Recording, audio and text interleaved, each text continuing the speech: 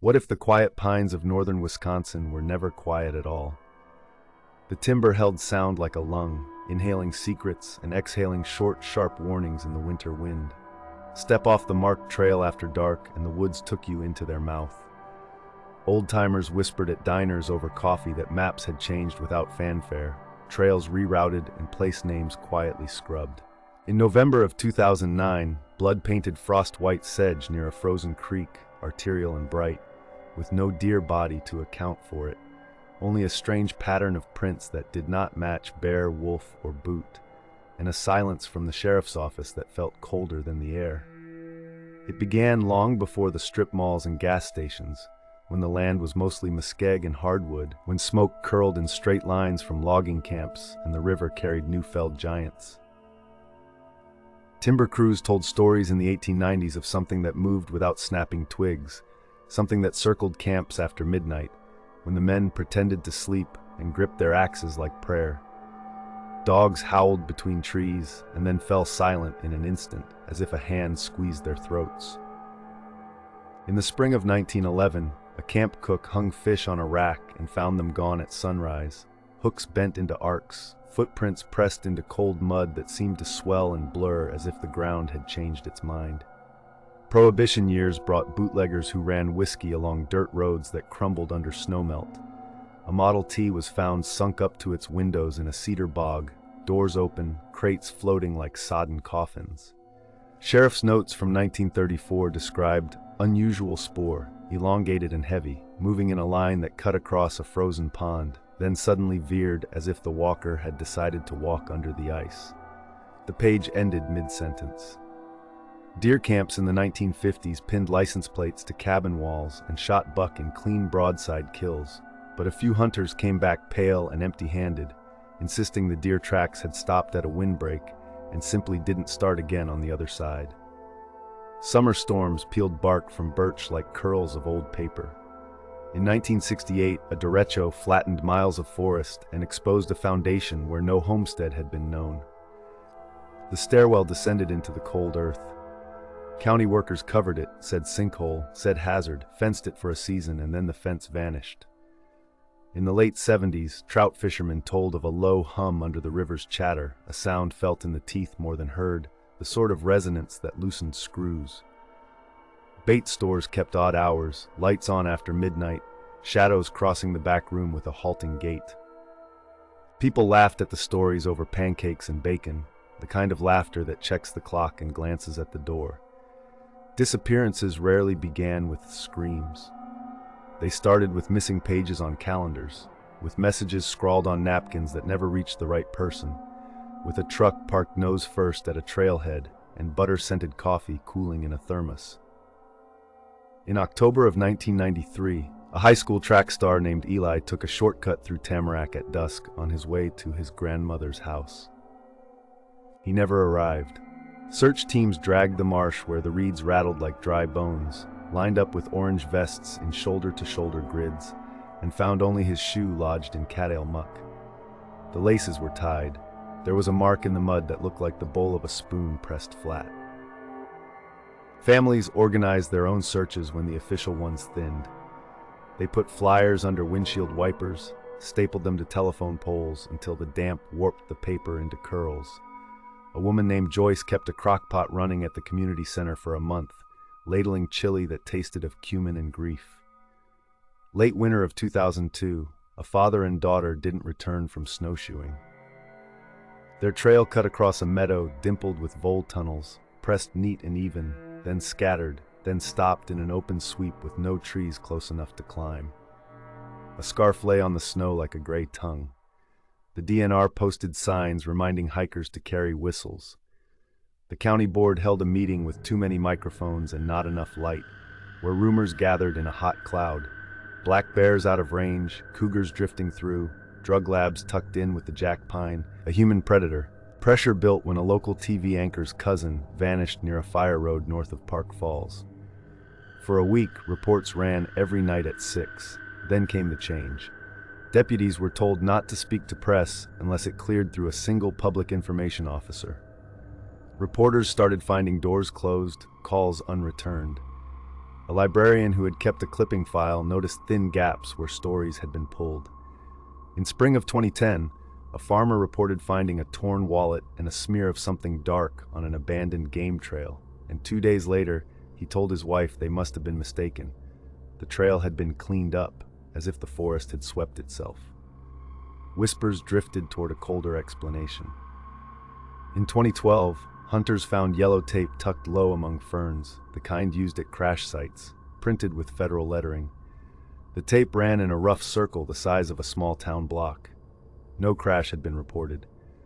A cattle rancher described helicopters skimming low over the tree line at dawn, matte black and quiet, the type that chewed at the air without that familiar chop. Near Chippewa County, trout streams were posted suddenly with new placards citing temporary biological monitoring, where the water had always been public. Game wardens turned people around with the kind of smile that didn't reach the eyes. FOIA requests produced pages bound in black bars and fragments of harmless-seeming phrases, anomalous ungulate patterns, acoustic signature inconsistent, liaison brief. A retired lineman swore that field crews were told to cut power for a 6-mile patch one night in August of 2015 to allow for a survey. The dark came down like a tarp. In that hush, a family camped at a county site heard a rhythm in the ground, as if something large moved in geologic time, a pulse you'd miss if your own heart hammered too hard. Their eldest son took video. It showed trees leaning a few degrees and then straightening. The ranger confiscated the memory card, citing park policy. Conspiracy theory became campfire currency. Some blamed a clandestine rewilding project, apex predators introduced and monitored until the numbers frowned out of control. Others pointed to an old radar installation, decommissioned on paper, yet fenced tighter every year, lights under earth glaring up through mist on cold mornings. In a ghost town bar where the cash register stuck on old totals, a contractor spoke of pouring concrete where soil trembled, of sealing a vent that breathed like a sleeping animal. He signed an agreement, a promise sealed with silence, backed by language that carried the taste of courtrooms. He said the air out there smelled wrong, like hot copper. The case that shook the bravado out of men who shook hands hard happened in November of 2018, during the gun deer season. A line of hunters moved along a cedar swamp. Snow filtered down through limbs, tiny ticking sounds as flakes landed on blaze orange. One man, Joel, took a shot at a buck that stood still longer than any deer should, its ribs showing sparse hide like an old brush. When he walked over, there was no buck, only a depression in the snow that curved like a cradle. The blood trail led to a wall of black spruce and stopped. The silence had a flavor, metallic at the back of the throat. Joel said a smell rolled out, sweet and rotten, like thawed maple sap left too long, and in that moment he felt watched by something that counted breaths. Reports shifted in tone after that. Radio traffic moved to encrypted channels. A sheriff's deputy confided to a cousin that he had been read in and wished he hadn't. That deputy packed a bag and quit 2 weeks later. A stretch of county road buckled as if a hard fist had pushed up from under frost, and DOT put up a simple detour. School children on a bus peered out and swore they saw hair in the cracks, pale and fine, like the fur lining old coats. DNR truck beds carried coolers big enough to fit a person, each stamped with a cereal that faded too quickly under snow and salt. People shut their mouths and shopped before dark. Years compressed into a routine. A warning posted after a bear sighting, a siren barely tested, a light flicked on in a ranger cabin that no one entered by the door. In 2020, a trail camera captured a smear of motion at the end of a logging road. Freeze frames revealed something tall with shoulders that sloped and a head too low. Its skin did not look wet exactly, but polished, as if the surface drank light. The owner found his camera smashed, lens ground into sand, memory card gone. An agency biologist offered a new camera and a pat on the back that landed too firmly. Those who had lived their whole lives in these counties learned to listen to the ground. They put chalk marks on trees not to blaze a trail but to learn which marks faded faster, as if something rubbed along them in the night.